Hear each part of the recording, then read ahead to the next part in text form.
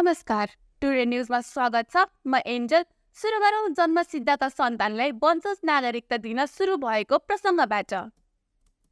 लामो समयदेखि नागरिकता विहीन रहेका जन्मसिद्ध नागरिकका सन्तानलाई आइतबारदेखि नागरिकता वितरण सुरु गरेको छ। मध्य प्रदेश सहित मुलुकभरका जिल्ला प्रशासन कार्यालय मार्फत आइतबारदेखि नागरिकता वितरण सुरु गरिएको छ। विभिन्न जिल्लामा रहेका जिल्ला प्रशासन कार्यालयहरूले फरक फरक मापदण्ड तोक्दा नागरिकता सिफारिस लिन समस्या भएको भए पनि जिल्ला प्रशासन कार्यालयहरूले फाटफुट रूपमा नागरिकता वितरण गरेको जनाइएको छ। जिल्ला प्रशासन कार्यालय धनुषाले अनलाइन फारम भर्नुपर्ने व्यवस्था गरी टोकन अनुसार नागरिकता वितरण गर्ने जनाए पनि आइतबार नागरिकता वितरण गरेको जनाइएको छ। जिल्ला प्रशासन कार्यालय धनुषाले गणेशमान चारनाथ नगरपालिका 3 का इन्द्रजित साफीलाई आइतबार जन्मको आधारमा वंशज नागरिकता प्रदान गरेको छ। मधेसदेखि काठमाडौँसम्म चरणबद्ध आन्दोलन गरेर उनले आइतबार नागरिकता प्राप्त गरेका छन्। तर जिल्ला प्रशासन कार्यालयहरूले माग गरेको कागजात पूरा गर्न सर्वसाधारणहरूलाई ठूलो समस्या भएको छ।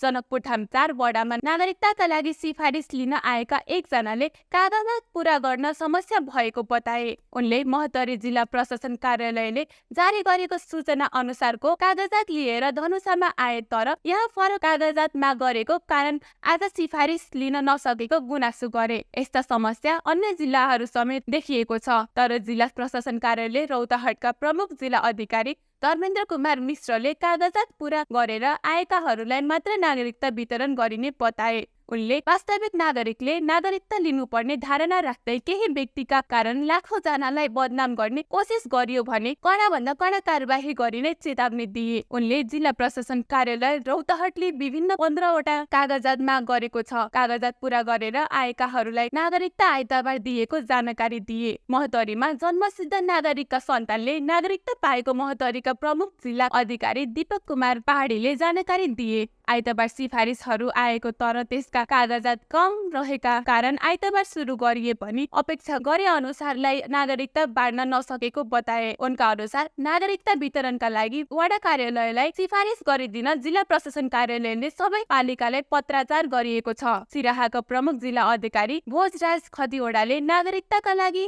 आउने सिफारिसमा बढी समस्या देखिएको बताए। उनले जिल्ला प्रशासन कार्यालयले माग गरेको कागजात अनुसार आए नागरिकता वितरणमा कुनै समस्या नहुने बताए। वर्षौंदेखि आफ्नै मुलुकमा अनागरिक सरह बसोबास गर्दै आइरहेकाहरूलाई नागरिकता दिलाउनका लागि लामो समयदेखि आन्दोलन तथा संघर्षका कार्यक्रम हुँदै आइरहेको थियो। नागरिकताको विषय राजनीतिक बने पनि व्यवहारिक पनि त्यस्तै थियो। नागरिकता नपाएर उनीहरू न त सरकारी सेवा सुविधा नै पाउन सकेका थिए, न त सरकारी स्तरमा उच्च शिक्षा नै प्राप्त गर्न सकेका थिए। दुई पटक प्रतिनिधि सभाबाट बहुमतले पारित गरेर राष्ट्रिय सभाबाट पनि बहुमतले पारित गरी विधायक समितिमा समेत छलफल गरी राष्ट्रपति समक्ष प्रमाणीकरणका लागि पुग्दा तत्कालीन राष्ट्रपति विद्यादेवी भण्डारीले नागरिकता विधेयक प्रमाणीकरण गरेकी थिएनन्।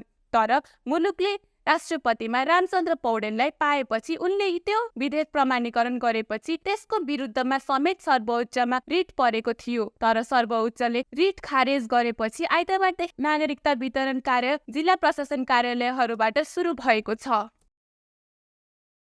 धनुषाको 5 वटा स्थानीय तहले निर्धारित समयमा बजेट ल्याउन सकेका छैनन्। बजेट बाँडफाँडमा विवाद भएपछि 5 पालिकाले बजेट ल्याउन नसकेको देखिएको छ। असार 10 गते भित्र सबै स्थानीय तहले बजेट ल्याइसक्ने कानुनी प्रावधान छ। तर मिथिला नगरपालिका, कमला नगरपालिका, शहीद नगरपालिका, धनौजी गाउँपालिका र औरी गाउँपालिकाले निर्धारित समयमा बजेट ल्याउन सकेका छैनन्। यी पालिकाहरूमा अल्पमत, बहुमत तथा योजना बाँडफाँडमा विवाद देखिएको छ। मिथिला नगरपालिकाका प्रमुख महेन्द्र महतोले नेकपा एमालेबाट निर्वाचित जनप्रतिनिधिहरूको आन्तरिक विवादका कारण बजेट प्रभावित भएको आरोप लगाए। पटक पटक नगरसभा गर्ने प्रयास गरे पनि असफल भएको उनको गुनासो छ। 2 पटक नगरसभा गर्ने विषयमा कार्यपालिका बैठक आह्वान गरियो, तर दुवै पटक एमालेबाट निर्वाचित जनप्रतिनिधिहरू अनुपस्थिति हुनुभयो। उनले भने बुझागत रूपमा उहाँहरूले हालसम्म कुनै माग पनि राखेका छैनन्। खै के हो, उहाँहरूसँगै बुझ्नुहोस्। यस विषयमा उपप्रमुख सुनिता सिंह बुढाथोकीलाई पटक पटक सम्पर्क गर्न खोज्दा पनि फोन उठाएनन्। त्यस्तै धनौजी गाउँपालिकाका अध्यक्ष राजकुमार शाहले बजेट ल्याउने प्रयासमै रहेको बताए। कुन कारणले निर्धारित समयमा बजेट आउन नसकेको जनकपुर टुडेको जिज्ञासामा उनले पुनः सोही कुरा दोहोर्याएर फोन राखे। तर यस पालिकामा योजना बाँडफाँडमा विवाद रहेको बुझिएको छ। कमला नगरपालिकाले नीति तथा कार्यक्रम ल्याए पनि बजेट ल्याउन सकेका छैन। उपप्रमुख शिलादेवी मण्डलले बजेट आउन समय लाग्ने बताइन्। जनप्रतिनिधिहरूको विगतकै माग पूरा नभएको कारणले बजेट नआएको उनले बताइन्। यसअघि उनले चालु आर्थिक वर्षको नगरसभा खारेजको माग गर्दै उच्च अदालत जनकपुरमा मुद्दा दिएकी थिइन्। नगर प्रमुख विश्वेश्वर यादवसँग सुरुवाती समयदेखि उनको मनमुटाव छ। शहीद नगरपालिकामा नगरसभा हुने बारे कुनै तयारी छैन। जनप्रतिनिधिहरूले नगर प्रमुखसँग असन्तुष्ट छन्। नगर प्रमुख दिनेश प्रसाद यादवले बजेट ल्याउन केही समय लाग्ने बताए। सबै पक्षलाई समेटेर अगाडि बढ्न खोज्दा निर्धारित समयमा बजेट ल्याउन नसकेको उनको भनाइ छ। तर उपप्रमुख सुनिता कुमारी सिंहले छलफल गर्ने बाँकी रहेको कारण बजेट ल्याउन नसकेको बताइन्। योजना तर्जुमा भए पनि अन्य काम छलफलमा सहमति नभएकै कारण अगाडि नबढेको उनले बताइन्। केही विषयमा छलफल गर्न बाँकी छ। योजना र राजस्व परामर्श समितिहरूसँग पनि छलफल गर्न बाँकी छ। उनले योजना बाँडफाँड तर्फ संकेत गर्दै भनिन्, प्रमुख प्रशासकीय अधिकृत तावन चौधरी पनि बाहिर छन्। अब हामी छलफल गरेर बजेट ल्याउने तयारी गर्छौं। यस्तै औरे गाउँपालिकाका अध्यक्ष उमाशंकर प्रसाद शाहले अन्य पार्टीबाट निर्वाचित जनप्रतिनिधिहरूले विवाद खडा गरेको बताए। उनका अनुसार ती जनप्रतिनिधिहरूले अन्य नेताको इशारामा चलेको कारण विवाद भइरहेको बताए। सरकारले न्यायपूर्ण व्यवहार नगरेको भन्दै अतिरिक्त हुलाक कार्यालय धनुषाका कर्मचारीहरू आन्दोलित भएका छन्।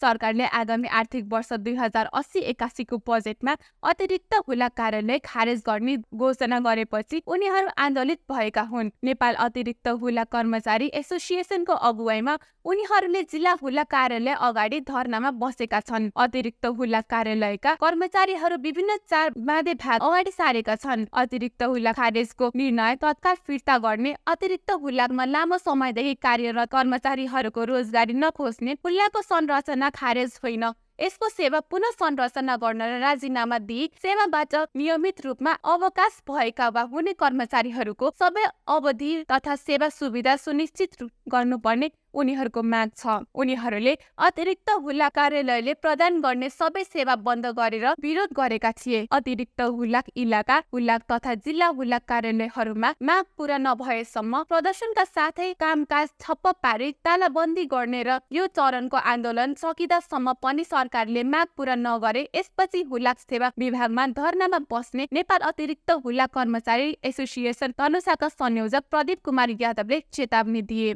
हामीहरूको माग अतिरिक्त हुलाक खारिज गर्न पाइँदैन। अतिरिक्त हुलाक पुनः संरचना गर। अतिरिक्त हुलाक कर्मचारीहरूले सेवा सुविधा दिएको अवधि अनुसार सेवा सुविधा सुनिश्चित गरेर अवकाश देऊ। यही मागहरू हामीहरू गर्नुपर्ने कारण यो हो कि हामीहरूको अचानक मतलब नेपाल सरकारबाट बजेट भाषणमा अतिरिक्त हुलाक खारिज गरिदिएको छ र हामीहरूको सेवा सुविधाको कुनै मतलब तोकेको छैन कि यति पाउने हो यति नपाउने हो। सिधै अवकाश मतलब सुविधा दिए अवकाश दिनेछु। 2034 को के अरे 2034 सालदेखि अब कुन सालमा 22 सालमा पहिला 22-24 मा 2034 सालदेखि हाम्रो स्थापना भएको अतिरिक्त हुलाकले अतिरिक्त हुलाक नेपाल सरकारको यो डाइरेक्टली हुलाक सेवा विभाग अन्तर्गतमा एक्स्ट्रा पोस्ट भनिने इङ्ग्लिसमा है नेपालीमा अतिरिक्त हुलाक त्यो भनेको हाम्रो केन्द्र सङ्घीय सरकारको मातहतमा रहेको हाम्रो संस्था हो। त्यो संस्था अतिरिक्त हुलाकलाई के गरेको छ भने अस्तिको 2080 जेष्ठ 15 को बजेटमा हाम्रो अर्थमन्त्रीज्यूले टोटल्ली के अरे पुरै नेपालभरिमा 11,000 समथिङ कर्मचारीलाई रोजगारी खोज्नु भएको हो।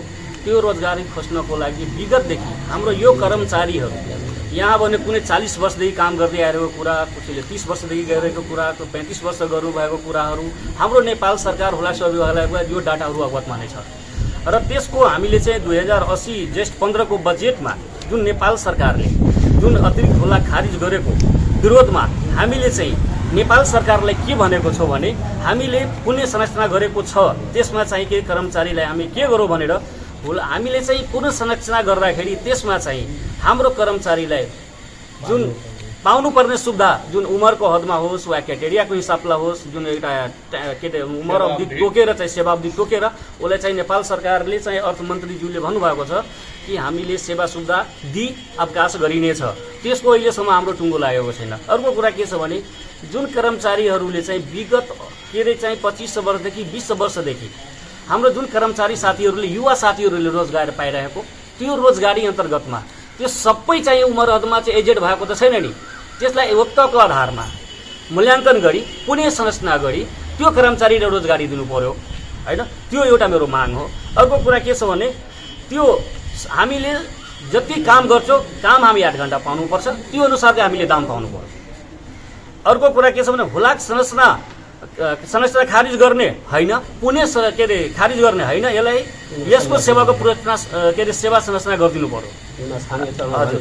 यो अर्को कुरा के छ भने एक हुलाक गर्दाखेरि यसमा चाहिँ क्राइटेरिया बनाई हाम्रो नेपाल सरकारले चाहिँ यसमा हाम्रो योग्य भएको साथीहरूलाई र अवकाश पाउने साथीहरूलाई त्यो नेपाल सरकारले सुविधा दिई अवकाश गरिदियोस् र योग्य भएको साथीले चाहिँ पुनः बहाली गरिदियोस् हाम्रो माग। अनुसारमा 75 वटा अतिरिक्त हुलाक कार्यालय छ भने त्यसमा 175 जना कर्मचारी कार्यरत रहेका छन्। हाल देशमा मनसुनी वायुको प्रभाव रहेको छ। जल तथा मौसम विज्ञान विभाग मौसम पूर्वानुमान महाशाखाका अनुसार देशभर आंशिकदेखि सामान्य बदलिरहेको छ। कोशी, कर्णाली र सुदूरपश्चिम प्रदेशका थोरै स्थानमा हल्का वर्षा भइरहेको छ। दिउँसो देशभर सामान्य बदलिरहनेछ। कोशी, बागमती, गण्डकी, लुम्बिनी र सुदूरपश्चिम प्रदेशका केही स्थानमा तथा बाँकी प्रदेशका थोरै स्थानमा मेघगर्जना र चट्याङ सहित हल्कादेखि मध्यम वर्षाको सम्भावना रहेको छ। कोशी, गण्डकी, लुम्बिनी, कर्णाली प्रदेशका 1-2 स्थानमा भारी वर्षाको सम्भावना रहेको छ। मध्य प्रदेशका धेरै भूभागहरू र बाँकी तराईका थोरै स्थानहरूमा हावाहुरीको समेत सम्भावना छ। राति भन्ने कोशी, गण्डकी र सुदूरपश्चिम प्रदेशका सहित देशका पहाडी भागमा सामान्य बदली रही बाँकी भागमा आंशिकदेखि सामान्य बदली रहनेछ। कोशी, बागमती र गण्डकी, लुम्बिनी र सुदूरपश्चिम प्रदेशका केही स्थानमा र बाँकी भागका थोरै स्थानमा हल्कादेखि मध्यम वर्षाको सम्भावना रहेको छ। गण्डकी, लुम्बिनी र सुदूरपश्चिम प्रदेशको 1-2 स्थानमा भारी वर्षाको पनि सम्भावना रहेको छ। कोशी प्रदेश र मध्य प्रदेशका धेरै भागहरू र बाँकी तराईका थोरै स्थानहरूमा हावाहुरीको समेत सम्भावना रहेको छ। बागमती, गण्डकी, लुम्बिनी, कर्णाली र सुदूरपश्चिम प्रदेशका केही स्थानमा तथा बाँकी प्रदेशका थोरै स्थानमा हल्कादेखि मध्यम वर्षाको सम्भावना रहेको छ। गण्डकी, लुम्बिनी, कर्णाली र सुदूरपश्चिम प्रदेशका 1-2 स्थानमा भारी वर्षाको सम्भावना रहेकोले सडक तथा हवाई यातायात, स्वास्थ्य, कृषि, पर्यटन लगायतका क्षेत्रहरू प्रभावित हुन सक्ने देखिन्छ। हस् त अहिलेको लागि यति नै। फेरि अर्को समाचार लिएर पुनः उपस्थित हुनेछौँ। हेर्दै गर्नुहोस् टिभी टुडे जनकपुर। नमस्कार।